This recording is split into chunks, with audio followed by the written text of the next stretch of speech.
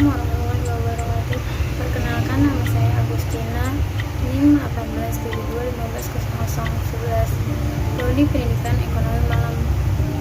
Dosen pengampu Ibu Cynthia Anissa, RP, MPDE. Teori kognitif. Dalam teori Piaget maupun teori Vygotsky dikemukakan bahwa interaksi sosial memegang peranan penting dalam perkembangan kognitif seseorang.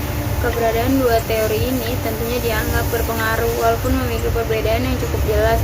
Pada zaman di mana kedua teori ini berkembang di kalangan psikolog, Piaget dan Vygotsky mengklaim bahwa teori yang mereka miliki masih berdiri masing-masing, sampai akhirnya penelitian terkini menemukan bahwa teori-teori tersebut tidak sepenuhnya bertolak belakang, tetapi bisa saling melengkapi.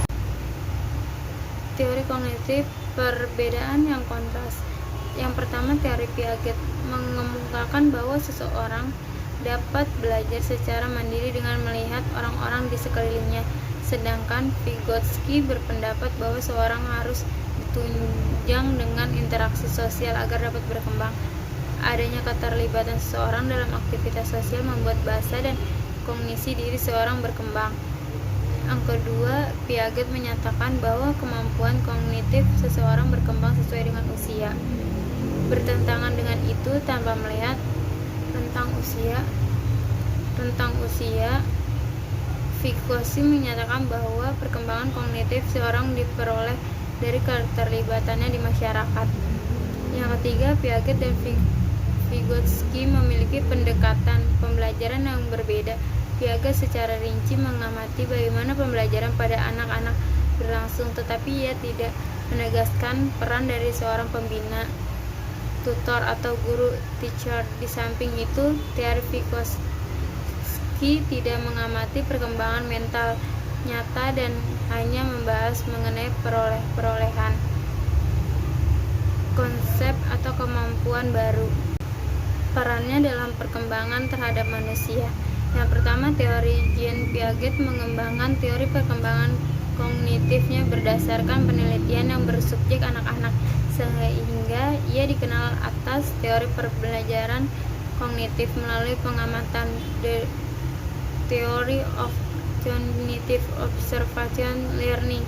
Menurutnya adalah 4 tahap perkembangan kognitif yang dilalui setiap individu, diantaranya yang pertama, tahap sensori motor, yang kedua, tahap praoperasional, yang ketiga, tahap operasional kongres, yang keempat, tahap operasional formal.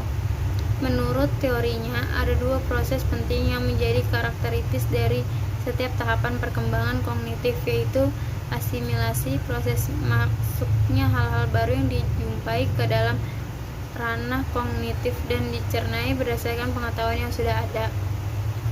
Akomodasi, proses perubahan struktur kognitif karena adanya hal-hal baru yang muncul dalam kehidupan, sehingga hal-hal tersebut bisa dianggap masuk akal. Jean Piaget mengamati adaptasi melalui konsep skema mental. Setiap individu memiliki skema mental yang bisa menjelaskan dunianya sesuai dengan pengetahuan yang dimiliki. Skema mental yang dimiliki seorang akan terganti apabila ia menerima informasi baru yang berkonflik dengan pengetahuan yang dipunyai sebelumnya. Seseorang yang sulit mengubah skema mentalnya harus didorong untuk melihat sudut pandang orang lain serta didorong untuk lebih fleksibel dalam berpikir. Perannya dalam perkembangan terhadap manusia. Yang kedua, teori Vygotsky mempunyai teori perkembangan kognitif yang disebut teori sosial kultural. Vygotsky mempelajari perkembangan mental anak yang mencakup bagaimana mereka bermain di berbicara dan berbicara. Tidak hanya itu, ia juga mempelajari hubungan antara pikiran dan bahasa. Teori ini memiliki 3 konsep penting dan yang berhubung satu sama lain, yaitu konsep internalisasi, menjelaskan tahapan perkembangan kognitif seorang anak mulai mempelajari konsep baru dengan meniru, lalu meniru dan memahami, barulah sampai kepada internalisasi konsep.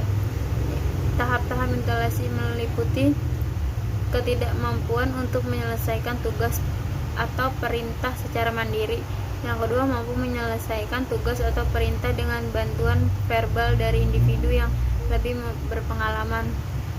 Yang ketiga, mampu menyelesaikan tugas atau perintah dengan bantuan tindakan dari individu yang lebih berpengalaman. Yang keempat, internalisasi selesai. Seseorang memiliki kemampuan menyelesaikan tugas atau perintah secara mandiri. Peran teori Vygotsky, hubungan antara bahasa dan perkembangan kognitif anak. Vygotsky berpendapat bahwa bayi tidak memiliki ucapan karena tidaklah begitu penting bagi mereka untuk memahami bahasa. Anak-anak akan mulai menangkap bahasa dan berbicara secara konstan pada saat mereka bermain. Dalam hal ini, hubungan antara pikiran dan bahasa sangat dekat. Pembelajaran anak-anak dipengaruhi oleh bahasa dan budayanya. Zona perkembangan proksimal.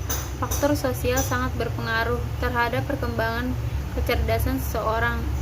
ZVD menerangkan potensi seseorang akan berkembang kognitifnya. Ethological theory. Teori ekologis ini dikemukakan oleh Uri Bronfenbrenner mengajukan suatu pandangan lingkungan yang kuat tentang perkembangan yang sedang menerima perhatian yang meningkat. Teori ekologi ialah pandangan sosiokultur Bronfenbrenner tentang perkembangan yang terdiri dari 5 sistem lingkungan, mulai dari masukan interaksi langsung dengan agen-agen sosial yang berkembang baik hingga masukan kebudayaan yang berbasis luas. Kelima sistem dalam teori ekologi Bronfenbrenner ialah mikrosistem, mesosistem, ekosistem, makrosistem, dan konosistem. Model ekologis Bronfenbrenner diperlihatkan saat ia dengan cucu laki-lakinya mengembangkan teori ekologis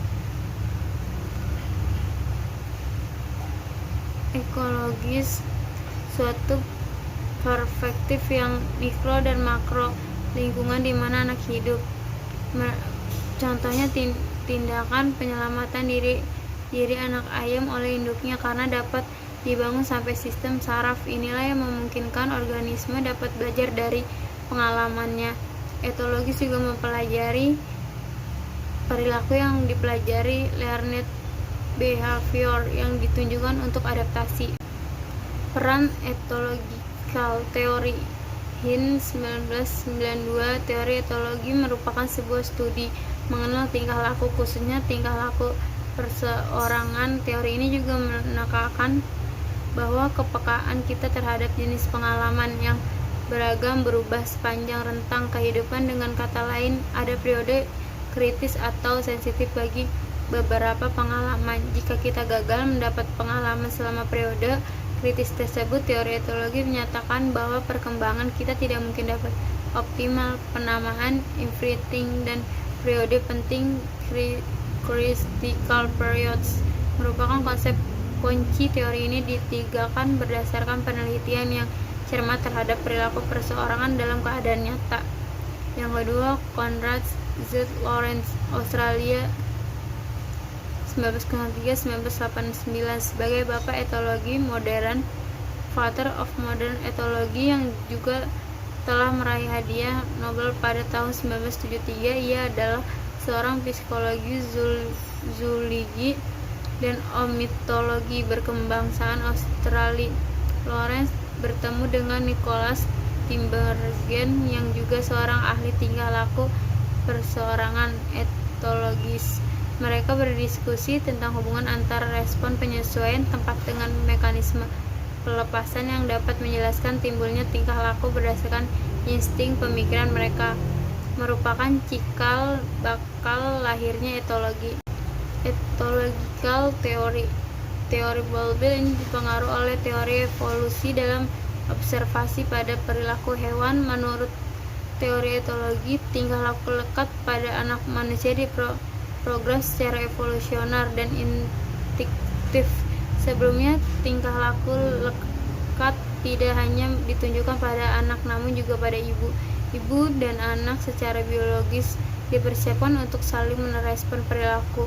Bowlby percaya bahwa perilaku awal sudah diprogram secara biologis. Reaksi bayi berupa tangisan, senyuman, isapan akan mendatangkan reaksi ibu dan perlindungan atas kebutuhan bayi. Proses ini akan meningkatkan hubungan ibu dan anak.